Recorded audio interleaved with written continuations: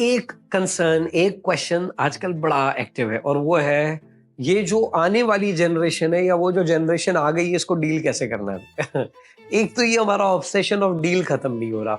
I think deal कैसे करना है इस जनरेशन के साथ, जेन जी, जेन अल्फा, मिलेनियल, इनके साथ डील कैसे करना है। This word deal is killing the magic of it. आपको डील क्यों करना है? They will be the way it is because they never try to deal with you. कि आप ऐसे हैं तो आपके साथ वो कैसे डील करें। आई थिंक ये डील करने की ख्वाहिश जो है ना, ये हमारे एम्पैथेटिक पर्सपेक्टिव को मार देती है। इसको जरा सा हम समझते हैं कैसे। देखिए, डील करना है, कैसे डील करेंगे आप की कॉन्टेक्चुअल रियलिटी जिसमें आप पले बढ़े वो उससे बहुत मुख्तलिफ है उस कॉन्टेक्चुअल रियलिटी की जिसमें वो पल बढ़ रहे हैं।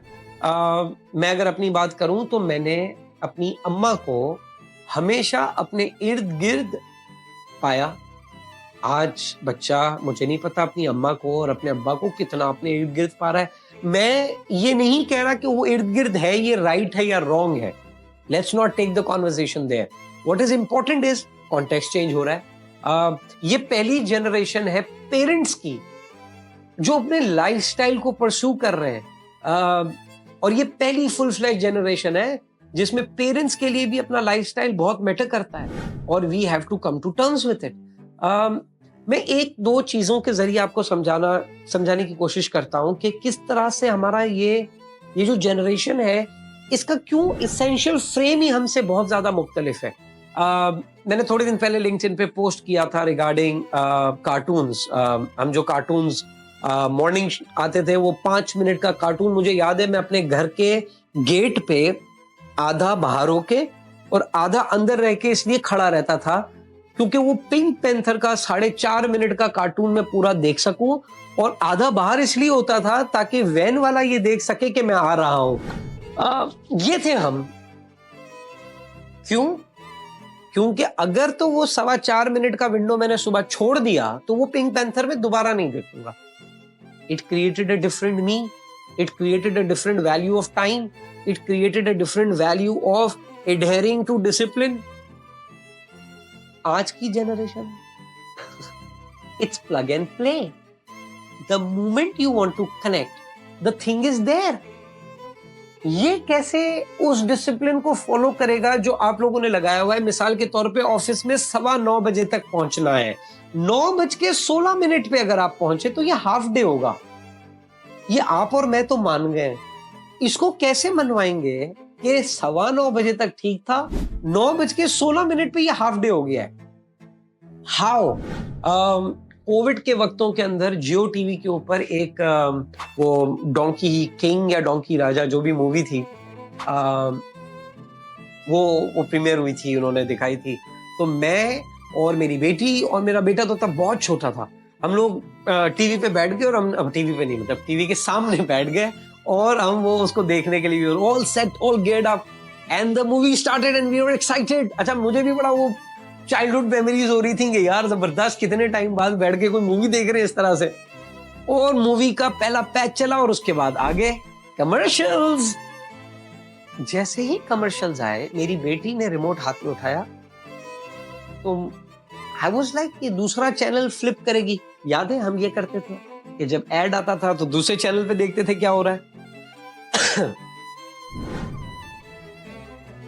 और वो 5 से 7 सेकंड बाद मुझे बोली, पापा स्किप का बटन क्यों नहीं आ रहा?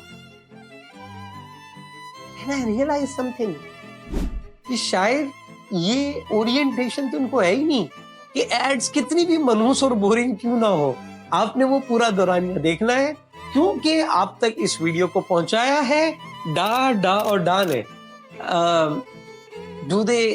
Do they realize it? No, they don't. So how would they have the same frame as ours? कैसे? मेरा बेटा कोविड के बाद स्कूल गया था। कोविड मतलब स्कूलिंग उसकी कोविड में शुरू हो गई। उससे पहले वो कभी स्कूल गया ही नहीं था। कोविड में स्कूल शुरू हुई और कोविड के बाद जब वो पहली दफा स्कूल गया तो स्कूल से बाहर आने के बाद I went to pick him up. वो बाहर आया, मुझे गाड़ी में आके सबसे पहली ब्रेकिंग न्यूज क्या दी उसने पता है? उसने आके कहा, पापा aunty Amreen is real. Aunty Amreen is real. हो सकता है आप लोगों के लिए ये बहुत ही स्टूपिड कमेंट हो, बट मेरे लिए this was another level of reality check. क्योंकि मेरे हिसाब से तो आंटी अमरीन रियली हो सकती है, और क्या हो सकती है, लेकिन वो हमारे हिसाब से। हाँ, इन बच्चों की जिंदगी के बहुत सारे कैरेक्टर्स हैं जो रियल नहीं है, और चूंकि उसने जूम पे ही क्लासेस अटेंड की थी, उसको लगा था आंटी अमरीन भी कोई एक बहुत ही अच्छा एनिमेटेड कैरेक्टर है। और वो जब रियल निकला, वो कैरेक्टर रियल निकली, तो बड़ी खुशी हुई मेरे बेटे को। आई थिंक यहाँ जनरेशन्स के जो कॉन्फ्लिक्ट और कॉन्वर्जेशंस हैं, इसके अंदर सिर्फ एक चीज हमें बचा सकती है, और वो है एम्पैथी। हम ये समझें कि वो जनरेशन गलत नहीं है, और वो जनरेशन भी ये समझे कि हम गलत नहीं है। We all had our own set of realities. We had our ways of looking at things. क्यों? क्योंकि हमारे इर्द गिर्द की रियलिटीज, यार हम वॉकमैन वाले लोग हैं, और वो तो मैं अपनी बात कर रहा हूं। मुझसे पहले वाले तो मामला तो और खराब है। But how can a Walkman based frame of mind be compared to a Spotify frame of mind? कैसे होगा ये दो बहुत अलग चीजें हैं, और इसको आप सेलिब्रेट सिर्फ तब कर सकते हो जब इसको एम्पैथी की नजर से देखो। मेरे बेटे की बर्थडे के लिए हम लोग गुडी बैग्स, गुडी बैग्स, हम लोग गुडी बैग्स बना रहे थे, और ऑफ कोर्स पहले गुडी बैग्स बनाने का आइडिया मेरा था। क्यों? क्योंकि आपका भाई तो बहुत इंटेलिजेंट है, यही बताएगा कि गुडी बैग्स कैसे होने चाहिए। और मेरे हिसाब से जो गुडी बैग बन रहे थे वो कोई 2800 रुपए के बने थे। फिर मुझे ये ख्याल आया कि ये जो दुनिया को हम एम्पैथी और ये थिंक इन देयर शू और ये सारी जो इंटेलिजेंट चीजें पढ़ा रहे होते हैं, थोड़ा घर पे भी अप्लाई करते हैं। तो मैंने ये टास्क अपनी बेटी को असाइन किया, और मैंने कहा यार तुम क्यों नहीं इसकी गुडी बैग का कुछ अरेंजमेंट करती। What she came up with ended up to be so damn popular with kids and costed some $700. And I realized how stupid I was. क्यों? क्योंकि मेरे गुडी बैग के अंदर खाली गुडी बैग नहीं था, स्टेटमेंट भी तो था कि सुहेल साहब गुडी बैग बना रहे हैं। बट मेरी बेटी के गुडी बैग के अंदर क्या था? वो which works with that age of kid. I think ये बहुत जरूरी है कि हम अपने आप में इस एम्पैथी को लेकर आए कि वो गलत नहीं है, हम भी गलत नहीं है। हमारी नर्चर का पैटर्न अलग था, वो एक अलग नर्चर के साथ ग्रो कर रहे हैं। और आप बेसलाइन स्कूलिंग सोच लें यार। आप जब स्कूल जाते थे ना, तो आपका टीचर आपसे ज्यादा होशियार होता था। It was a mandatory requirement. आज जो टीचर्स हैं उनको कम से कम ये तो पता है कि अब वो क्लास के सबसे होशियार फर्द नहीं है। हम लोग एक स्कूल के अंदर ऑब्जर्वेशन कर रहे थे, ये केजी था या क्लास 1 थी, तो मैं पीछे जाके वो जो नहीं अल्ट्रा स्मॉल चेयर्स होती हैं उसमें मैं बैठा, और टीचर जो थी वो सोलर सिस्टम दिखा रही थी बच्चों को। तो मैंने क्लास से पहले टीचर से पूछा, मैं कहा बच्चों को समझ आता है? बोला सर बच्चे बड़े होशियार हो गए। तो मैं कहा हो गए होंगे। क्लास में हम पीछे बैठ गए, और टीचर जो है वो जायरोस्कोप टाइप मॉडल था जिसमें बीच में वो सन था, और there were planets revolving around it.